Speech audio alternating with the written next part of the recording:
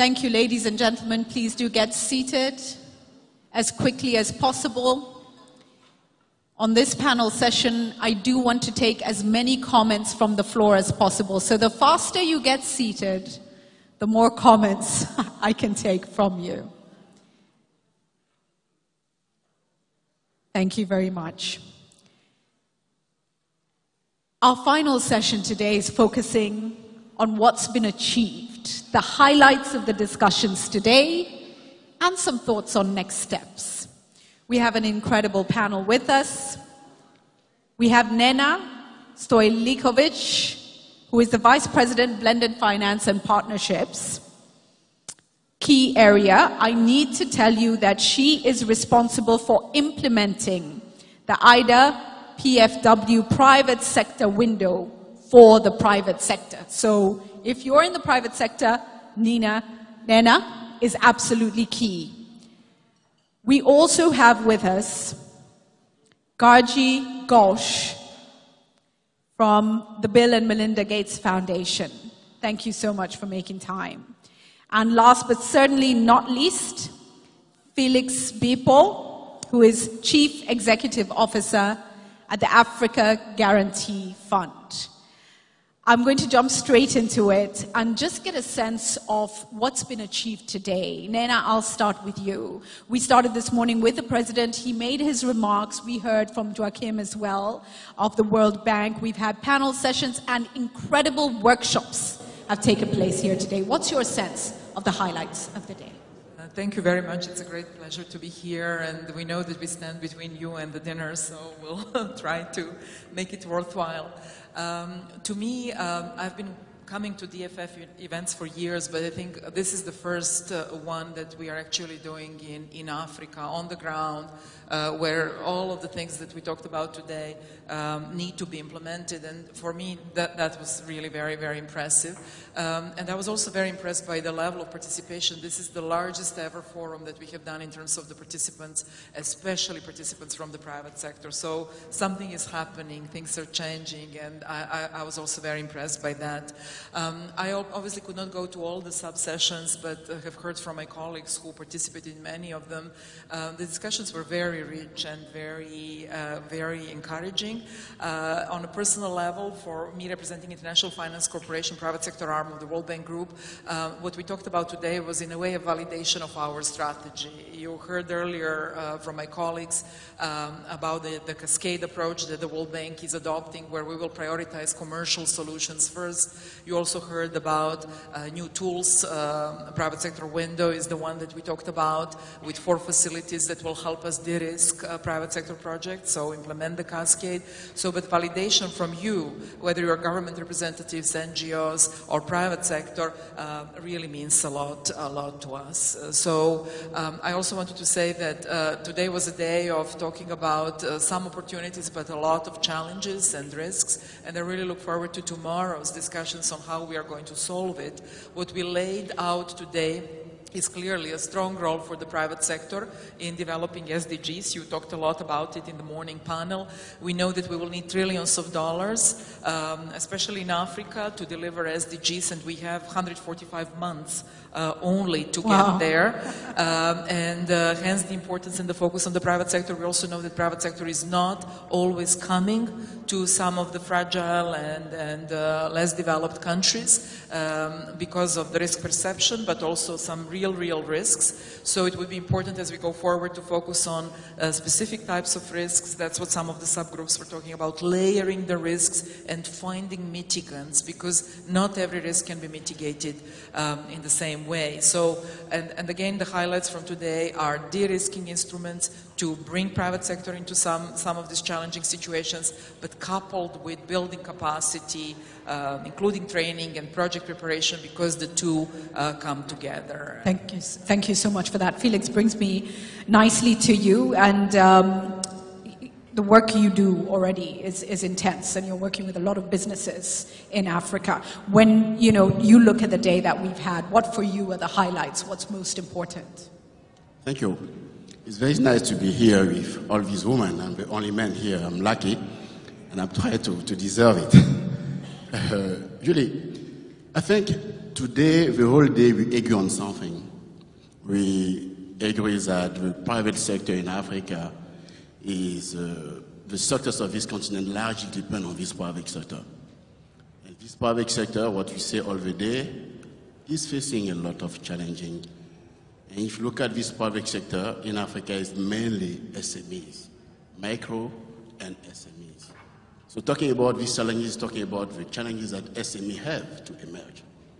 And what you heard today, you can classify in 4 categories. 1, the quality of infrastructure. Second, access to finance, access to markets, not finance. Third, the business environment. And 4th is access to finance. The President of Ghana today and all other people who spoke explained to us how we are fighting with the World Bank and other development institutions to try to address the first 3. The biggest issue is now for the SME, how to access to finance. If you look at it, today the financing gap in Africa is around more than 150 billion USD. The public sector alone cannot do that. If you look at the budget, we are shrinking, so contribution of this public sector is becoming less and less when the need is growing exponentially. What can we do? Is to find a way to build the environment and be able to attract the resources of the private sector. I think the biggest lesson to learn today is the money exists in the continent. The resources exist in the continent. It's how to attract these resources. This is how instruments like us, the African Guarantee Fund, being the bridge between the private sector and the public sector, are very important. I hope we'll be able to discuss about it. But resources exist in Africa, how to get to these resources by killing these challenges. Thank you. Thank you so much. Brings me perfectly to Cargie now and the work of the Bill and Melinda Gates Foundation. You, in particular, are dealing with development policy and finance issues. And we know there's been a drive to be innovative in our thinking, you know, to try and look at new models and think out of the box. Have we talked about that enough? And for you, what's been the highlight of the day? Thank you. I have to admit the highlight of today for me has been hearing the stories of success.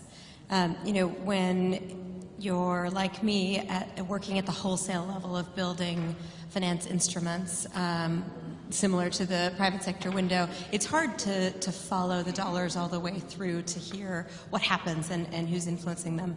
So just to give you an example, I spent some time over lunch with the owner of a Kenyan company that's making ready-to-eat therapeutic foods, so supplying not just fragile but conflict-affected states.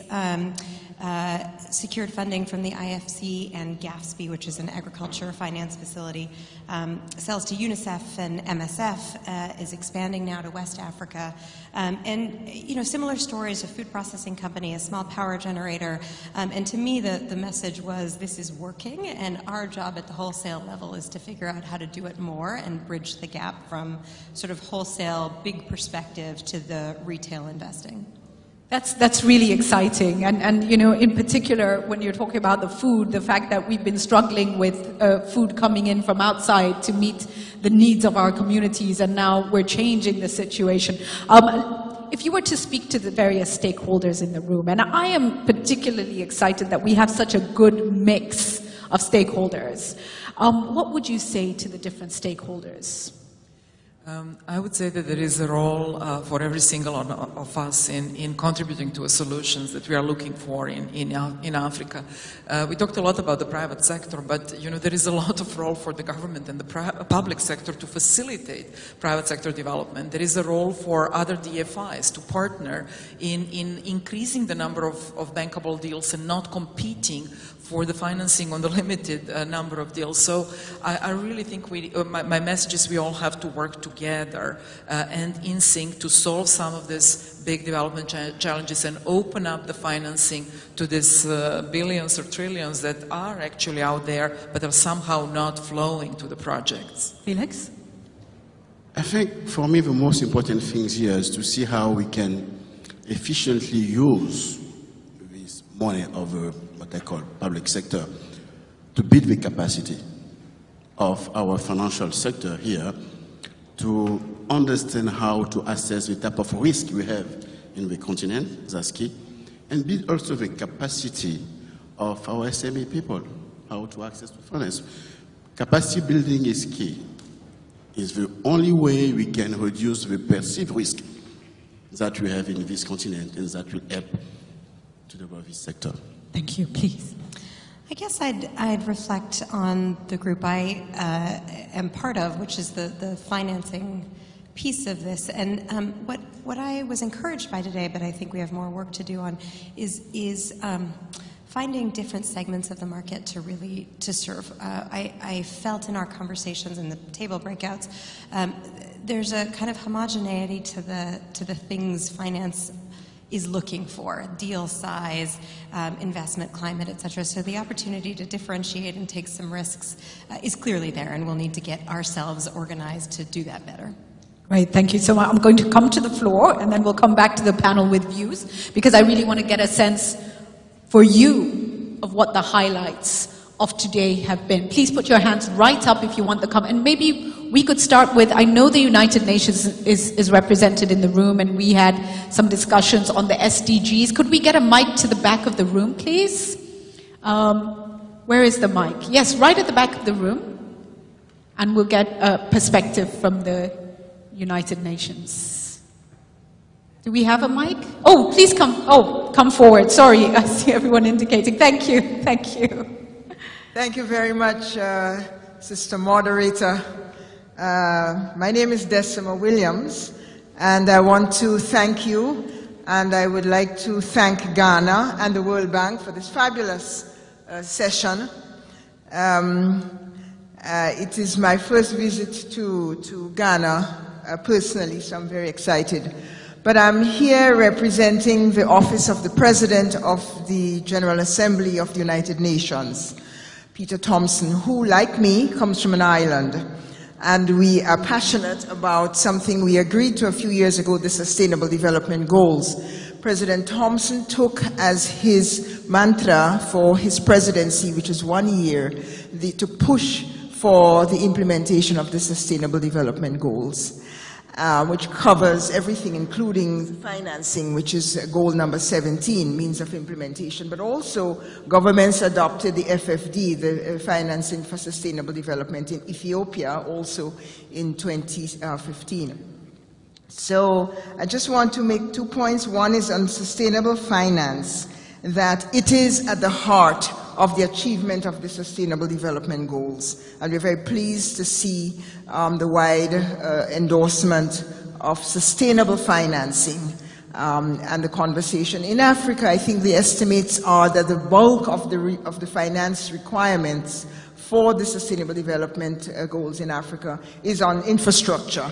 And the conversation today has strongly reflected that. We have been having sessions at the UN ourselves, and will continue to do so.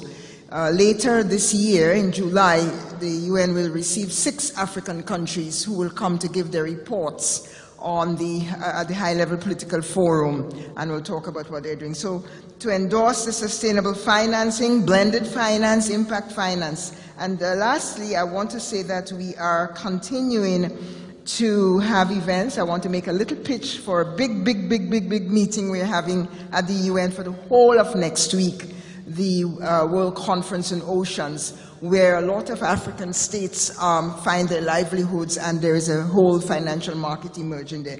And lastly, Madam, I think, as I've been saying, that the Sustainable Development Goals belong to all of us, and we want to have champions around the world, particularly in the public spaces in Africa, and I think you are one of those persons. Thank you. I heard you this morning talk about the 500 schools that you are campaigning the SDGs. So I would like to pin you now or later. Now is fine. Thank you very quickly. Yes. And so, thank you very much. Oh, thank you. Everyone, encourage you all to campaign them. We have 13 years to go. You are now pinned to the SDGs as a champion. Thank you so much. Thank you so much. And you know, it's worth noting right now that the World Bank itself has taken the SDGs as a key agenda. I can tell you that the Kenyan government has incorporated the SDG agenda into performance contracts. And so, you know, I think the agenda is moving along. If I could come to, yes, gentlemen here, please go to the mic. Can I see more hands? The lady as well. Please make your way to the closest mic. On this side, anybody? Not yet. Thank you. Please go ahead. Okay. Thank you, Julie. My name is Frederick Muya. I'm Secretary of the Jobs for Africa Foundation. So what do I take home from today's discussion? I think it's the Minister of Côte d'Ivoire this morning who said that the greatest priority for African governments is jobs for the youth. And Africa has been a continent of contrasts. We've been talking about the African growth story. But how come every year, and these are IOM figures, 5,000 young, energetic Africans drown in the Mediterranean as they look for opportunities in Europe, when there are so many opportunities in Africa? And that's why we've created the Jobs for Africa Foundation. It's a private sector-led initiative by African employers. We've been joined by African trade unions and African governments very recently by the African Union to say we need to work together to do three things. The most important, and it was said today, jobs will be created by the private sector. Private sector development is key. Second, skills building and employability. And thirdly, because we are people working in labor market, making sure that you have well-functioning labor market institutions. I thank you. Thank you so much. Opportunities, absolutely critical for African youth, and capacity building, one of the issues that we've been highlighting. The lady over there, please go to the mic. Thank you so much. Can I see other hands? Yes, and you as well. There's a mic on that side of the room. Thank you. Thank you. My name is Valnora Edwin. I'm from Sierra Leone. I work for an organization called Campaign for Good Governance. It's not a business entity. It's not a foundation. It's a civil society organization, and that's where I'm coming from. Since the conversation this morning and when you were asking the panel about the stakeholders, I have not heard anything about civil society organizations, especially advocacy organizations. I think we definitely have a role, but it would be helpful if we can hear from them how they think we can support them in achieving, in unleashing private investment in Africa. Thank you so much. Excellent question. Thank you. Please to the lady. Hello. Thank you very much. You need to speak a little bit louder so that we can, yes. Thank you very much. My name is Doris Myers from Liberia. I'm the founder of the Liberians Encouraging Students in Science and Technology. And LISAT is a program that's set up to inspire students, especially females, to generate an interest in the area of science, technology, engineering, and mathematics. Like in Liberia, we had 14 years of civil war. And since the inception of the civil war, the country has suffered serious setback as it relates to manpower to contribute to the national development. Talk about technicians and scientists to perform technical and scientific tasks in the country. So, but we have this for 5 years since this institution have founded. We have problem with funding. When we go to our government, the government send us to donors. We go to donors, donors send us back to the government. And we can't just get funding because donors will say we have a bilateral agreement with the government. And it is the responsibility of the government to work with grassroots groups. This is my second time to this event. I was in Dublin last year, and I cannot get any redress. There's nothing here for not-for-profit. I just hear people talk about $1 million investment in businesses. But we work with students from the slum communities, and they cannot pay for anything. They cannot pay for mentorship. So we have to start from the grassroots because they are the future generation. Those people that are there in government, they may be focusing on themselves and don't they're really not looking at the grassroots. So we want to help the government to eradicate this chronic poverty in Liberia. How can we help? And we stand up among the crowd. So when I go back and come from this big conference and go back, people are like, oh, you're from the World Bank. So what news have you brought? Right. You know, so we really want answers from here in terms of funding. Thank you. Thank you so much. So let me bring those to the panel. So a really good contribution made on the jobs issue, which obviously is very important. Let's come to the next two. And I think it's the role of civil society organizations, you know, and the whole idea of the bottom-up approach and the work they have to do on the ground. And it's immense. Yet there are challenges towards accessing funding. There are challenges towards sustainability of many of these organizations because funding is reducing in many ways. What advice would you have for the ladies who've spoken up? And I'll start with you, Nena. I would just like to reiterate that the role of CSOs is extremely important in the way how the World Bank Group operates and how we shape our strategy and how our projects also get, you know, reviewed, and we constantly engage with civil society. We have biannual meetings. We did a lot of outreach with Axel and others also on the private sector window. We try to bring that view also in, and you know, that's absolutely very critical to maintain that relationship. I think it's very hard to talk about very specific issues at the country level or a project level, but I think that we have to work in the local content by leveraging different stakeholders for the role that they can play.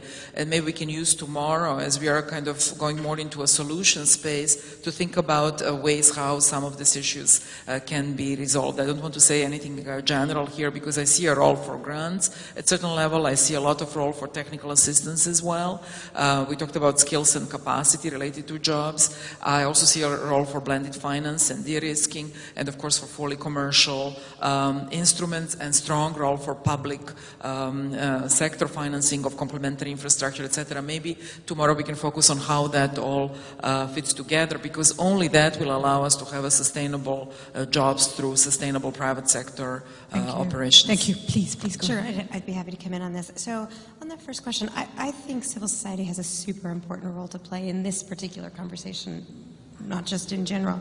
And that is probably in making the enabling environment piece of this an issue that matters. So, you know, we, in all of our sessions today, did some hand-waving about how, you know, one of the risks or the constraints is the enabling environment, good governance, predictability, et cetera.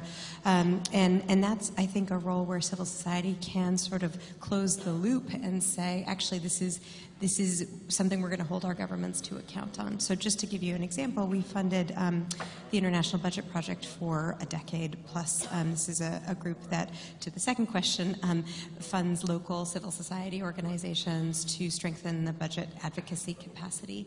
And they've had notable success where they partner with civil society to create not just transparency but accountability. And now we're at a stage where, you know, the IMF includes budget transparency as one of its indicators of kind of health and governance, and the bond markets take that seriously. That's a success story that we should be looking to replicate.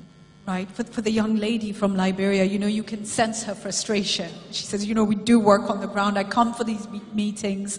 I go back and they say, so what have you brought? What advice would you give civil societies in terms of how they can strengthen themselves or build capacity to be able to access some of these grants? What advice do you have? Yeah, I'm thinking of intermediaries without knowing anything more than what I just heard. You know, if you imagine similar to Nena's problem, she's going to have to find a way to intermediate a $2.5 billion facility to much, much smaller investment. She's going to need to partner with local banks or a fund in the middle. And the same is true for us with civil society. You know, if we're spending significantly less than that, but if we're trying to place $500 million in civil society around the world, it's very hard for us to do that in a retail way. So we go through organizations like IBP or others, and I'd be happy to follow up offline on what those intermediaries are. Thank you so much for that. Felix, your thoughts? I think one of the best ways to help the civil society, especially on post-country,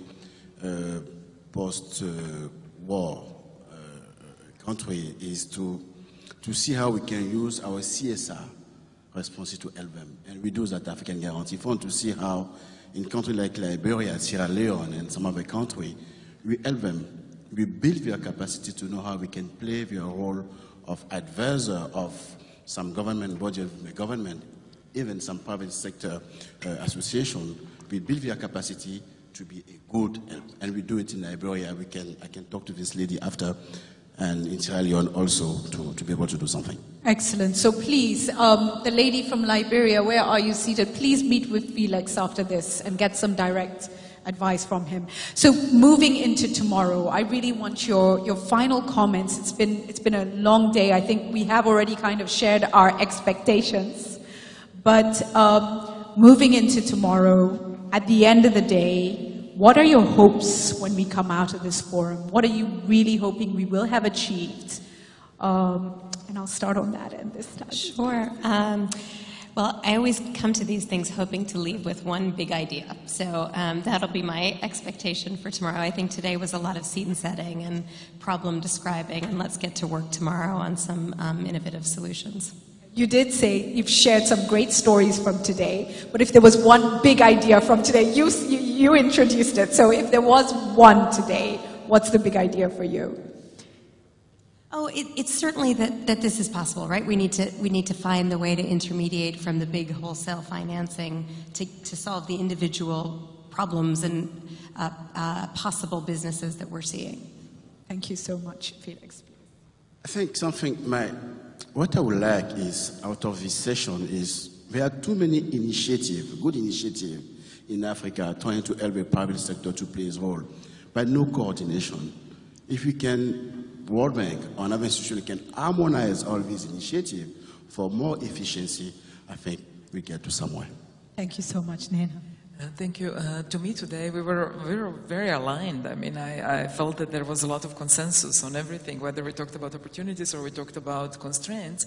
I think success tomorrow would be perhaps maybe to start challenging a little bit different stakeholders like we just started talking about, and maybe even having some contradictory views, you know, so that we push ourselves towards the end of the day, either to have one new big idea, or I personally would like to go away with a few projects or programmatic approaches that we can follow up on and perhaps package some financing and advisory services around this. It would be nice to have something specific to go back home with and also follow up on as we go forward. That's encouraging. So you want some concrete projects that could start to make a difference.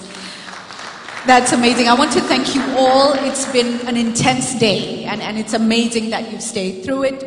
I will hand over to you in just a moment, but allow me first to share 2 African proverbs. The first one is Nigerian, I believe. Correct me if I'm wrong. No matter how hot your anger is, it cannot cook yams. Am I right? We can be as frustrated as we want. We can jump up and down, we can be furious, but it will not achieve anything. So let's take that home. The second one, smooth seas do not make skillful sailors.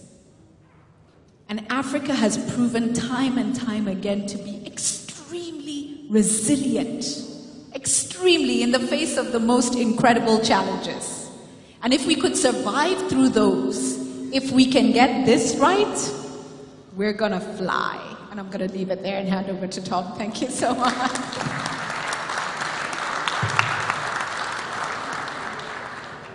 All right, what you just applauded for a moment ago is exactly where we're heading tomorrow. We're looking for real opportunities, linked to the right tools, and making the right connections to move this forward. So that, hopefully, is enough of an incentive for you to come back and spend more time with us tomorrow. You'll be toe-to-toe and shoulder-to-shoulder with hopefully the right people. We have taken all of the data that you supplied to us. Overnight we will be constructing teams of what you have to give versus what you have to offer. We'll be putting teams together according to the sectors that you indicated, and our hope is that you come pleasantly surprised in the morning and will be seated with people who are actually able to help you move projects forward. And as Nina said, if we can get to the end of the day tomorrow with a handful of opportunities that are linked to tools, that are linked to the right people, we will have done some good work here over 2 days. So your reward for your hard work today, and sincerely appreciate all of you who stayed very actively engaged. We are feverishly capturing everything on your walls. We'll be cataloging all of that this evening, so it's all available to move forward with. But your reward is a wonderful evening at La Palm Beach, Royal Beach Hotel. There are buses right outside the doors that will be leaving shortly if you need to freshen up quickly. When the first bus is full, hopefully around in the 6 to 6:10 range, it will go ahead and depart. There's a second bus for anyone who's straggling and maybe needs a little bit more time to freshen up. But hopefully by 6:15, 6:20, both buses are on their way. So that will be leaving for La Palm Royal Beach Hotel. I also want to let you know that tomorrow morning, starting at about 7:30 until 9, so a good chunk of time, all of the World Bank execs will be here in this space hosting breakfast. It will be informal. It will be an opportunity for you to make your way to their table, to sit down, to meet one-on-one, to have some discussion. So a whole hour and a half dedicated to that. If you want to come and stay the whole time, you will have probably met everyone. So I encourage you to take advantage of that time tomorrow. The formal program will then kick off at 9. So once again, buses are right outside these doors, 6, 6:10, the first bus will leave, maybe 6:15, 6:20 as they fill up. You'll be heading for La Palm Royal Beach Hotel. Enjoy yourselves, dinner, drinks, music. It should be a wonderful occasion to continue networking and also to just relax and take a load off from the long day's work. We'll see you back tomorrow morning, 7:30 to 9, informal breakfast, and then the program kicks off at 9. Thank you again for all of your attention today.